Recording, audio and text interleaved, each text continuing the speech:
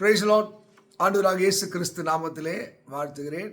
யோபின் புத்தகம் 5ஆம் அதிகாரம் 24ஆம் வசனம். உன் கூடாரத்தை விசாரிக்கையிலே குறைவை காண மாட்டேன். இப்போ யோபு தன் நண்பனாக எலிப்பாஸ் சொல்லுகிறார். அவருக்கு ஆறுதல் சொல்ல வருகிறார், சமாதானப்படுத்தி விடுகிறார். உன் கூடாரத்தை விசாரிக்கையிலே அதிலே குறைவை காண மாட்டேன்.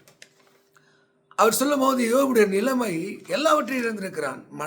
பிள்ளைகளை இழந்திருக்கிறான், சொத்தை இழந்திருக்கிறான், சுகத்தை இழந்திருக்கிறான், ஆசீர்வாதத்தை இழந்திருக்கிறான்.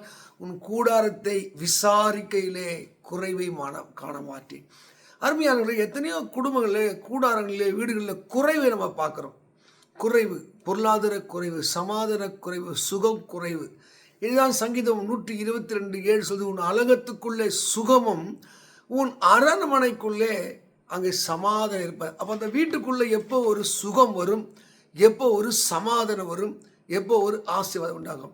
அப்போ வீடுலாம் நம்ம தங்குறது மற்றும் வீடு இல்லை, வாழ்கிறதுக்கு மட்டும் இல்லை. அந்த வீட்டை தேவன் பரிசுத்தப்படுத்தவும் ஆசீர்வதிக்கவும் குறைவில்லாமல் இருக்க விரும்புகிறார். நீங்கள் நீதிமொழிகளில் 21:20 நீங்கள் படிக்கும் போது, வேண்டிய திரவியமும் எண்ணெயும் நீதிமானுடைய வாசஸ்தலத்திலே உண்டு. அதுதான் அங்கே ஹைலைட். நம்ம வாழ்க்கையில் வேண்டிய திரவியமும் எண்ணெயும் எப்போ இருக்குன்னா, நீங்கள் நீதிமான லிஸ்ட்டுக்கு வந்துடணும், தேவன் விரும்புகிற பாதைக்கு வந்துடணும். அதுதான் அதே நீதிமன்றங்கள் 3:33 சொல்லுகிறது, அவர் நீதிமானுடைய வாசஸ்தலத்தை ஆசீர்வதிக்கிறார். யார் அந்த நீதிமான்? அதே சங்கீதம் 118 நீங்கள் 15 படிக்கும் போது, ரட்சிப்பின் கம்பீர சத்தம் இருக்க வேண்டும். தேவனை குறித்த ஒரு புரிதல், தேவனை குறித்த ஒரு அறிவு, தேவனோடு பழகக்கூடிய நிலை எப்போ ஒரு வீட்டுக்குள்ளே, ஒரு கூடாரத்துக்குள்ளே வருகிறதோ, அந்த வீடு குறைவில்லாத வீடாக மாறும். அருமையானவர்களே, பரிசுத்த வேதத்திலே லூக்கா சுவிசேஷம் 19ஆம் அதிகாரத்தில் 5ஆம் வசனத்திலே, சகேயு என்ற ஒருவன் வீட்டுக்கு இயேசுவை அழைத்து கொண்டு போனான். எப்படி அழைத்து கொண்டு போனான்? அவன் சந்தோஷத்தோடு அழைத்து கொண்டு போனான். இயேசுவை உங்கள் வீட்டுக்கு அழைத்து கொண்டு வந்து பாருங்கள், அந்த வீடு சந்தோஷத்தினால் நிறைந்த வீடு, அந்த வீடு இல்லாத வீடாக மாறும். மக்களே, உங்கள் வாசஸ்தலம், உங்கள் வீடு அது குறைவற்றதாக காணப்பட வேண்டும் என்றால், அந்த குறைகளை நிறைவாக்குற இறைவன் உங்கள் வீட்டுக்குள் வரும்போது, உங்கள் வாழ்க்கையில் வரும்போது, அவர் குறைகளெல்லாம் அவர் நிறைவாக மாற்றுகிறார். பரிசுத்த வேதத்தில் அதே லூக்கா சுவிசேஷம் 7ஆம் அதிகாரத்திலே நீங்கள் 36 படிக்கும்போது, சீமை என்ற ஒருவன் இயேசுக்கு வீட்டில் இடம் கொடுத்தான். இயேசுவை அழைத்து கொண்டு போனான்.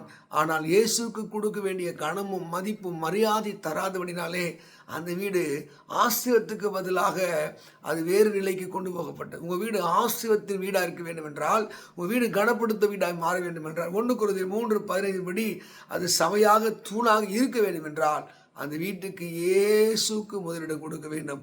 ஒருவேளை இயேசுவை அழைத்திருக்கலாம். உங்கள் வீடு குறைவில்லாமல், உங்கள் வாசஸ்தலம் நிறைவாக இருக்க வேண்டும் என்றால், இயேசு அந்த வீட்டுக்குள்ளே இருக்க வேண்டும்.